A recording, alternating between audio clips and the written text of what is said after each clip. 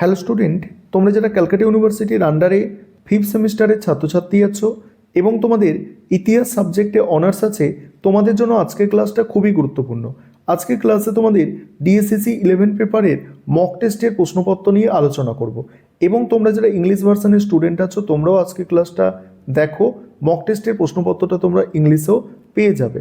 আর তোমাদের পরীক্ষার যেমন প্রশ্নপত্র হয় সেই প্রশ্নের কাঠামো অনুসরণ করেই তোমাদের মক টেস্টের প্রশ্নপত্রটা তৈরি করা হয়েছে এবং তোমাদের সিলেবাসের সবথেকে গুরুত্বপূর্ণ মোস্ট ইম্পর্টেন্ট প্রশ্নগুলো এই মক টেস্টের প্রশ্নপত্রের মধ্যে রাখা হয়েছে। প্রথমেই তোমাদের 5 নম্বরের প্রশ্ন, 3টে অ্যান্সার করতে হয়। 5 নম্বরের প্রশ্ন যেগুলো রেখেছি মক টেস্টের প্রশ্নপত্রে, দেখো প্রথম প্রশ্ন, ফরাসি বিপ্লবের ইতিহাসে টেনিস কোর্টের শপথের গুরুত্ব লেখো।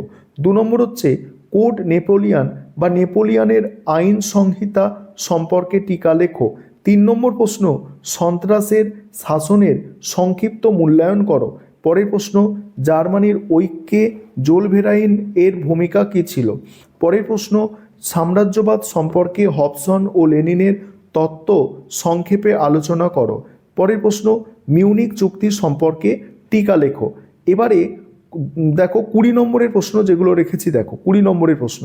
তার আগে একটি বিষয় বলবো, তোমাদের কিন্তু যে লাস্ট মিনিট সাজেশন আমি তৈরি করেছি, তোমাদের এই প্রশ্নপত্র অর্থাৎ মক টেস্টের প্রশ্নপত্র আলোচনার পরে সেই লাস্ট মিনিট সাজেশনটা একবার তোমাদের আমি দেখিয়ে দেব। দেখো এখানে প্রথম প্রশ্ন আছে কি, ফরাসি বিপ্লবে দার্শনিকদের অবদান কতটা তাৎপর্যপূর্ণ ছিল। পরের প্রশ্ন, ফ্রান্সের অভ্যন্তরীণ সংস্কারের ক্ষেত্রে নেপোলিয়ানের সাফল্য মূল্যায়ন করো। তারপরের প্রশ্ন, জার্মানির ঐক্য সাধন প্রসঙ্গে বিসমার্ক ও পাসিয়ার ভূমিকা আলোচনা করো। নেক্সট আছে ইতালির ঐক্য সাধনে মাৎসিনি, গ্যারিবল্ডি, ক্যাবুরের ভূমিকা বিশ্লেষণ করো।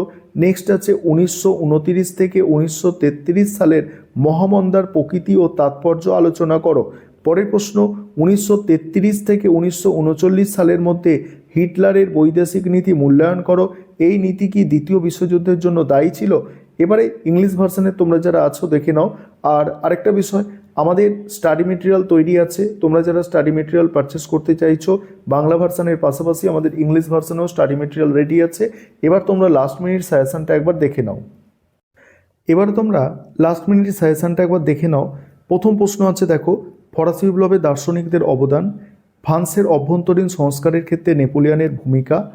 তারপরে এগুলো মক টেস্টের প্রশ্নপত্রে ছিল, প্রশ্নগুলো তোমরা দেখলে। তারপরে ফ্রান্সের সন্ত্রাসের শাসন এর একটি মূল্যায়ন। নেক্সট আছে ব্রিটেন ও ইউরোপ মহাদেশীয় ইউরোপের শিল্পায়ন প্রক্রিয়াটির মধ্যে পার্থক্য। নেক্সট আছে জার্মানির ঐক্য সাধন প্রসঙ্গে বিসমার্ক ও পাসিয়ার ভূমিকা।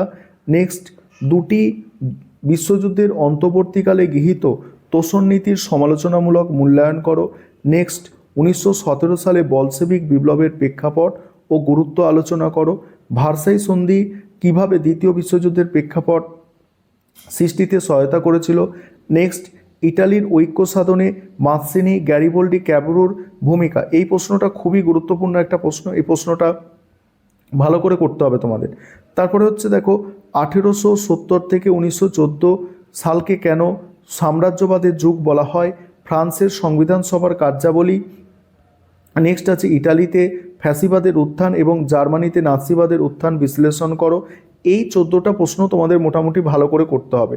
প্রথম 8টা বা 10টা প্রশ্ন প্রথম তোমরা টার্গেট রাখবে, তারপরে প্রথম 8টা 10টা কমপ্লিট হয়ে গেলে এই 14 পর্যন্ত প্রশ্ন করার টার্গেট রাখবে এবং বাকি কিছু এক্সট্রা প্রশ্ন দেওয়া আছে তোমরা দেখে নাও।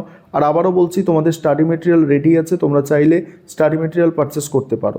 এবার 5 নম্বরের প্রশ্ন দেখো। 5 নম্বরের প্রশ্ন, ফরাসি বিপ্লবের ইতিহাসে টেনিস কোর্টের শপথের গুরুত্ব। নেক্সট আছে দেখো, প্রথম শিল্প বিপ্লব কেন ইংল্যান্ডে সংগঠিত হয়েছিল। নেক্সট, মানবাধিকার ও নাগরিক অধিকারের ঘোষণাপত্রের তাৎপর্য। নেক্সট, কোড নেপোলিয়ান বা নেপোলিয়ানের আইন সংহিতা সম্পর্কে টিকা। নেক্সট, নাৎসি সোভিয়েত আক্রমণ চুক্তি সম্পর্কে টিকা। সাম্রাজ্যবাদ সম্পর্কে হবসন লেনিনের তত্ত্ব, মোস্ট ইম্পর্টেন্ট প্রশ্ন এটা। তারপর জার্মানির ঐক্য সাধনে জোলভেরাইনের ভূমিকা কী ছিল। নেক্সট আছে দেখো, ফ্রান্সে 1830 সালে জুলাই বিপ্লবের গুরুত্ব বা প্রেক্ষাপট বিশ্লেষণ করো। নেক্সট, ফ্রান্সের শাসনের সংক্ষিপ্ত মূল্যায়ন করো। নেক্সট হচ্ছে বলকান সমস্যা মিউনিক চুক্তি, নয়া অর্থনৈতিক নীতি, এই 12টা প্রশ্ন এখানে খুব ভালো করে তোমরা দেখবে 5 নম্বরের প্রশ্নের জন্য, এবং বাকি প্রশ্নগুলো তোমরা দেখে নাও।